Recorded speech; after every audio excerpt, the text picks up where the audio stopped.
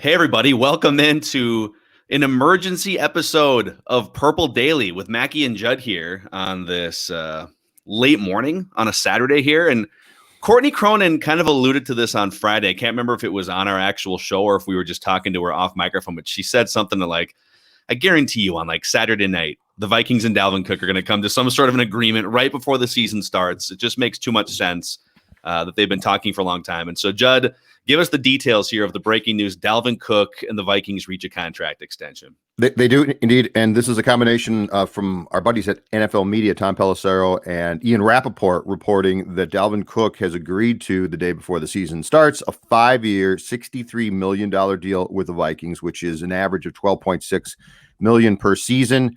And the interesting detail is $28 million in guarantees, which is very, very good. And then $15.5 million signing bonus, which, according to what Tom is reporting, is the largest signing bonus the Vikings, Phil Mackey, have ever given to a non-quarterback. Wow. So this is rare air. This is not the contract I think we both thought, if it got done, that would get done. How does that sound? All right. So you said $12.5 million per year, and give me the guarantees again.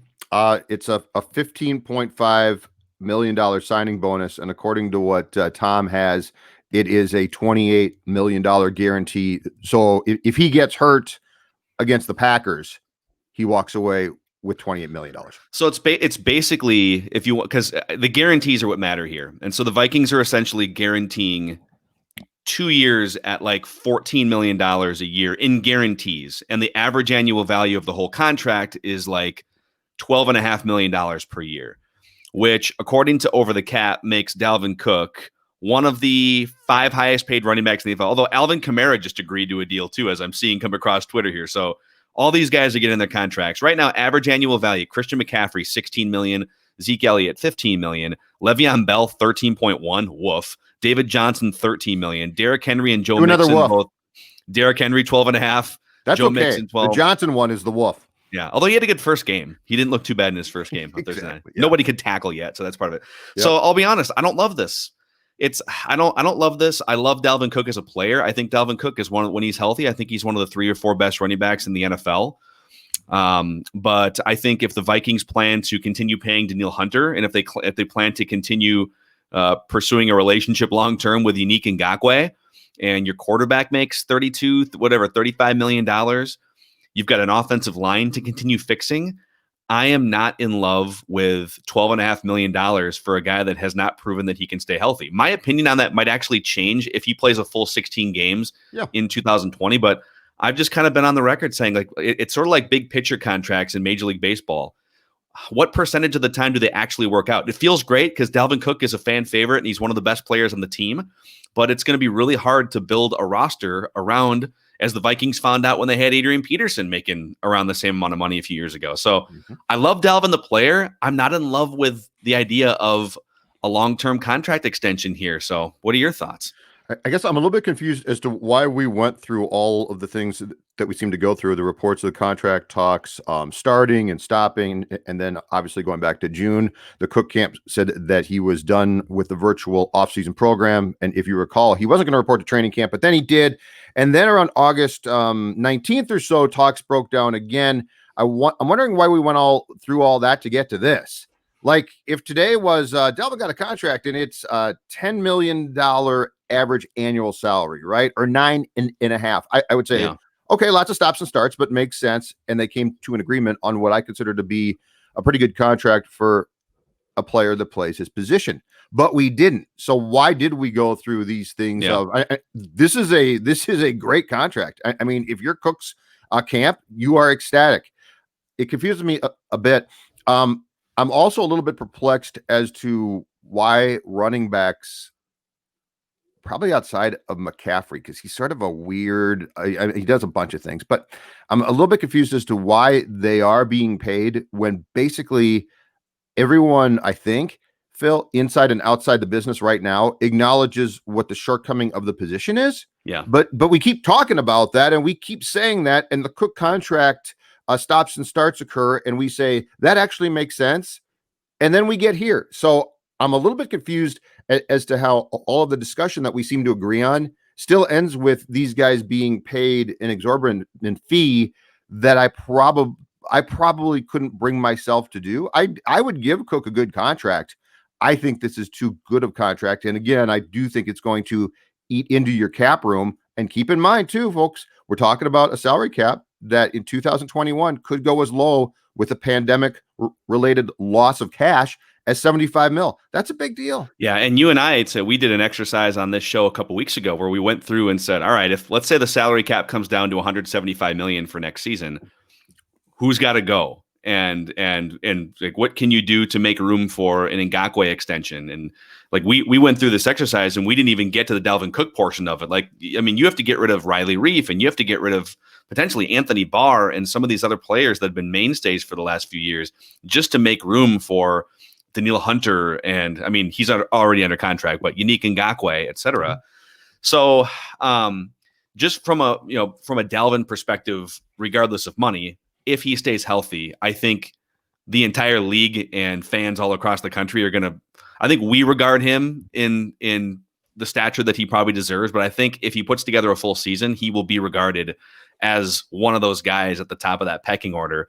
But the problem is, once you reach the top of the running back mountain, that usually means that you don't have a lot of tread left on your tires. Yeah. So it's like the ultimate catch-22 with this position. And I just don't know that the Vikings had to do this. I almost think they could have gone maybe even the full season and then made a decision on this in like February or March when you have back-to-back big seasons under your belt and you have a better handle on what your salary cap looks like. But Rob Brzezinski's been around for a couple decades as one of the best cap guys in the NFL. And so if there's any executive, any capologist in the NFL that I would trust to just make this work, it's probably Rob Brzezinski. But you can only make so much work. And with salary cap possibly going down by quite a bit, that's concerning to me. And I will say this, Rob has done a lot of great deals, and the Vikings are known as a friendly franchise for rewarding their best players coming out of their rookie contracts. All of that being said, I will refer you to, I believe it was the eve of the season in San Diego, if I'm not mistaken, in 2011, the exact same day as today, Adrian Peterson got his contract. And that contract, I think, without question, was a mistake. I get giving him a contract. He was a great player, Hall of Fame player, probably. But I think that on our show in subsequent years, Phil, before Peterson left, we probably called up Spotrac and that contract online about 87 times and referenced that's a lot. And so Rob and the Vikings do a great job. And I am the Ngakoue thing. I'm all for rewarding people at positions where it's hard to find that skill set. But guess what? We just saw again, and I know that this offense is fantastic. Opening night in Kansas City. What did we see? We saw I believe the last pick of the first round. And he's a great young player, but that's not the point. The point is you can find those guys. And so I just continue to come back to it. This is no slight against Dalvin Cook. I think he's fantastic. He can do all of the things that we complained, rightfully so, for years about Peterson not doing. So this is not a personal slight.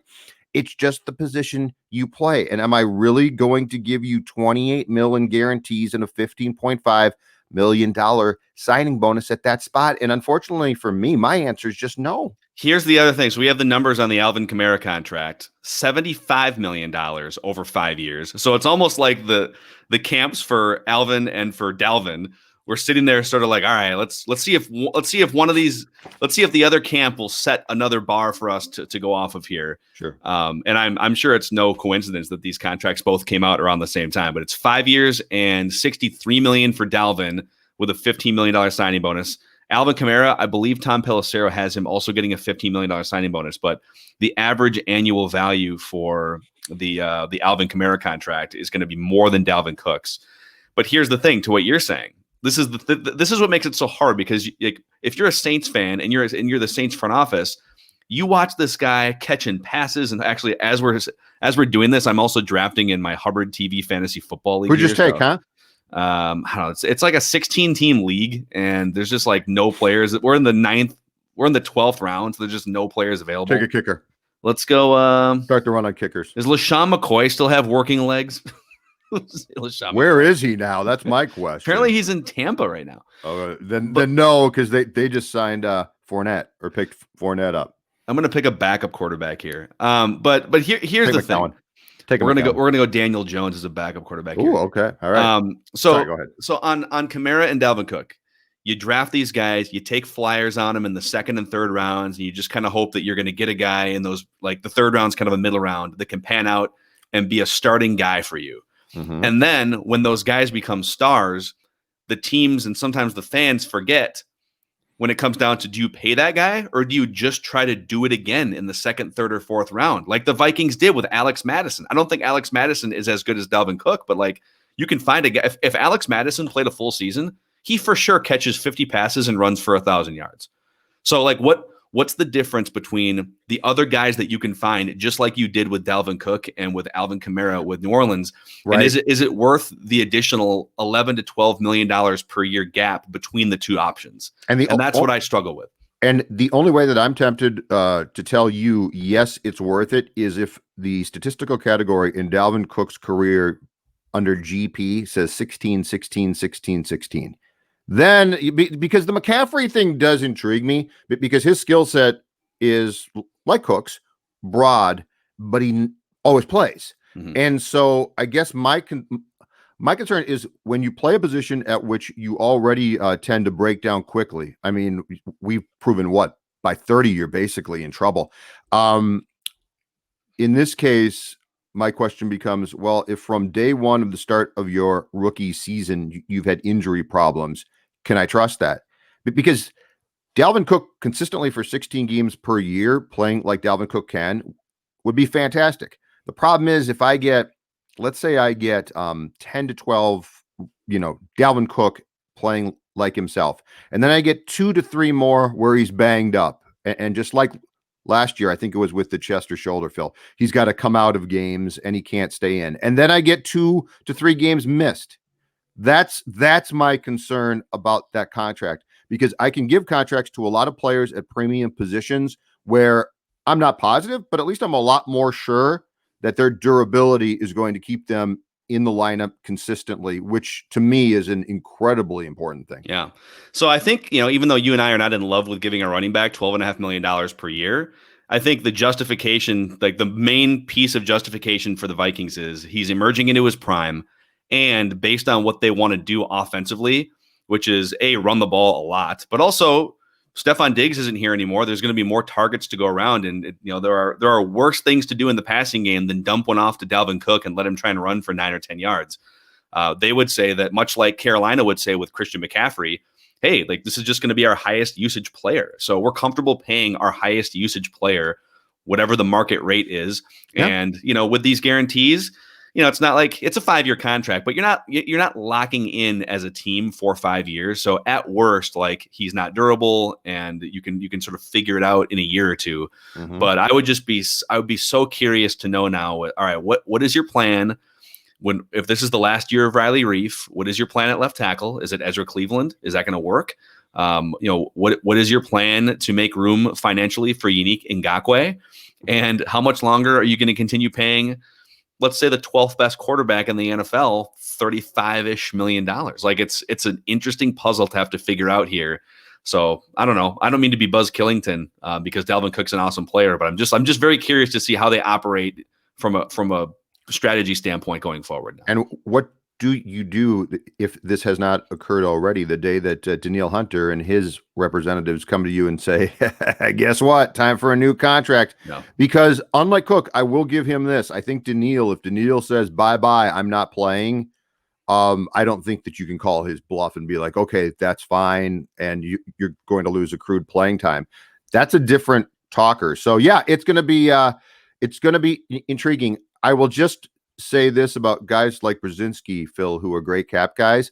All of those guys will tell you that eventually when you do what all good teams have to do, which is pay guys, there does come a point in time where you have to tell the Wilfs, I've got no more tricks up my sleeve.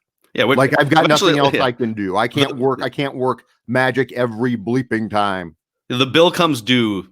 Rob Brzezinski's brilliant at kicking the can down the road and whatnot, but But the bill comes due at some point. So, yeah, that's a wrap on this emergency episode. I also, before we say goodbye, just want to give a shout out. Starting this weekend, Corona Hard Seltzer has jumped on board to help sponsor Purple Daily. Hold on, let me do a little look at this. Hold on a second. First of all, it's good for it. Good for you. I just saw the calorie count. It's good. It's a Saturday. It's healthy. Oh man. So thanks to Corona Hard Seltzer for jumping on board. Sparkling spiked water with natural flavors imported by Crown Imports, Chicago, Illinois. And we're looking forward to Vikings Vent Line tomorrow after the Green Bay Packers Minnesota Vikings game. And you can find that streaming live on Score North Twitter and Facebook. So facebook.com, twitter.com/Score North. And also on our YouTube channel, youtube.com/Purple Daily Podcast. And if you want to be part of the show, we've already had a bunch of people email us. No one's really doing this, and so this might train wreck, but we're going to try and bring fans into the video chat with us one by one and see how that goes. And you can email vikingsventline@gmail.com if you want to be a part of that. So, all right. Well, I'm going to get into some of these here the rest of this Saturday. Enjoy. Congratulations, right, Dalvin Cook. You broke the bank. Yeah, go buy a car. Go buy a house or something. All right, we'll see you guys next time. Thanks for hanging out with us on this emergency episode of Purple Daily.